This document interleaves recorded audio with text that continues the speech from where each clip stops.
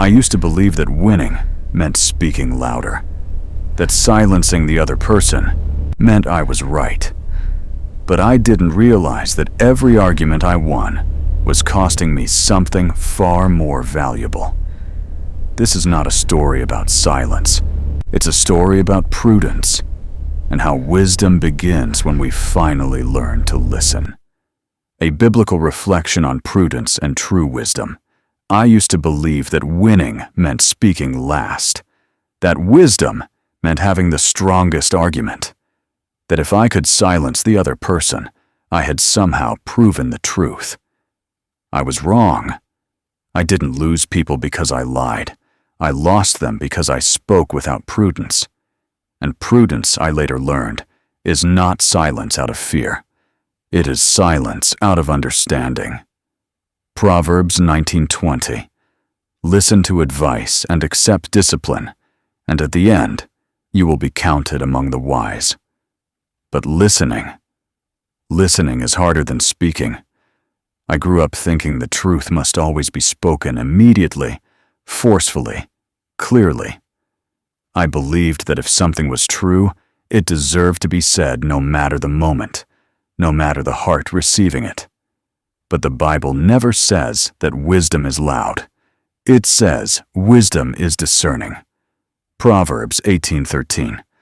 To answer before listening, that is folly and shame. I answered before listening. Often. And every time I did, I left behind confusion, wounds, and distance. There was a season in my life when I spoke a lot and understood very little. I debated. I corrected. I explained. And yet, people didn't grow. They withdrew. That's when I realized something uncomfortable. Being right is not the same as being wise. Wisdom builds. Truth without prudence can destroy. 1 Corinthians 8:1. Knowledge puffs up, but love builds up. I had knowledge, but I lacked love expressed through restraint.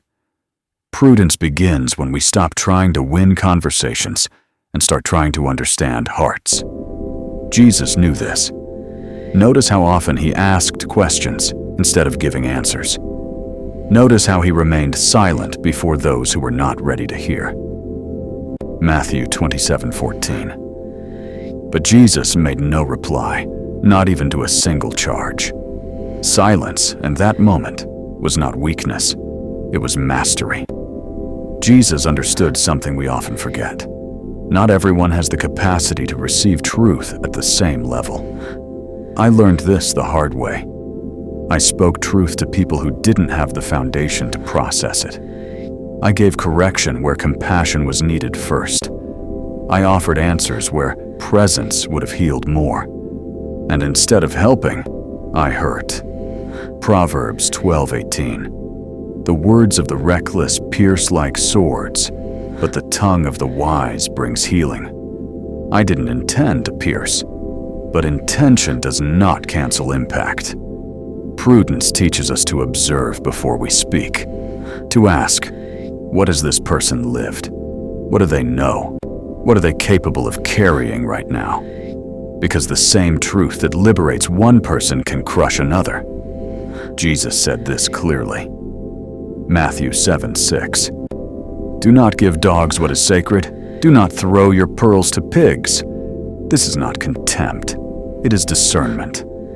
Pearls are valuable, but they are useless and even dangerous when given to someone who cannot recognize their worth.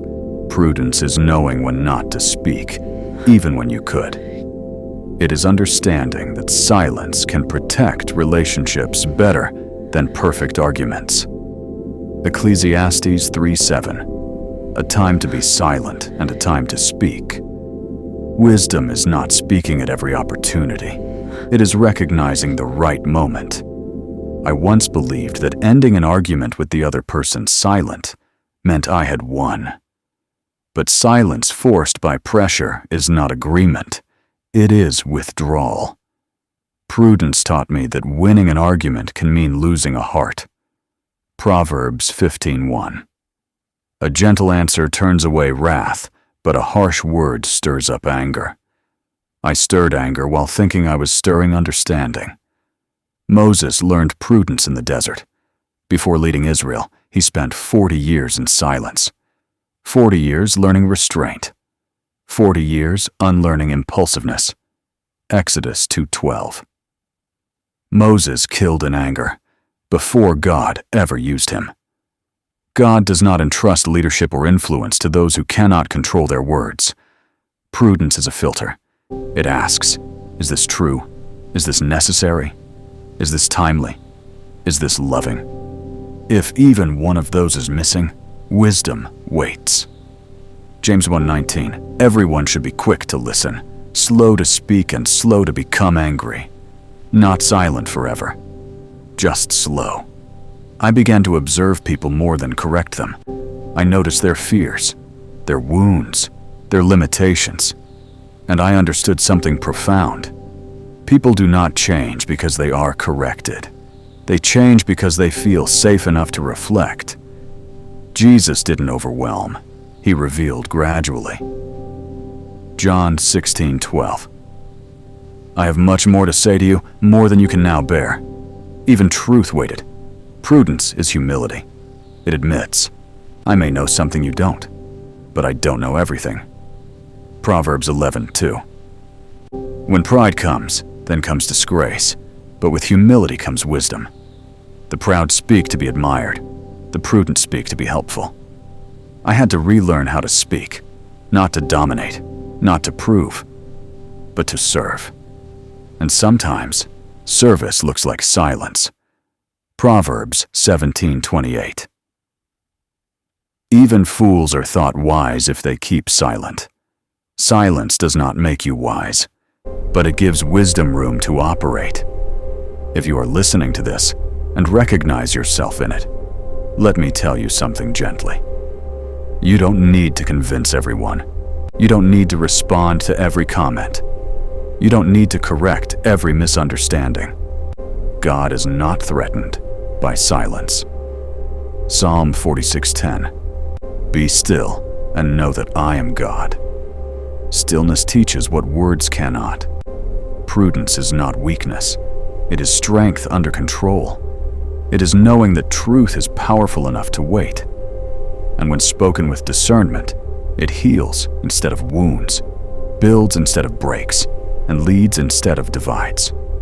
Proverbs 4:7. Wisdom is a principal thing. Therefore, get wisdom. And prudence is wisdom in motion. If you have learned to listen more than speak, to observe before correcting, to love before instructing, then you are not losing your voice. You are finding wisdom. If this reflection spoke to you, it's because wisdom is already working in your life. This channel exists for people who are learning to walk with discernment, not noise. If you want more stories like this rooted in Scripture and real life, consider subscribing and walking this journey with us. Wisdom is not proven by how much we speak, but by how well we listen.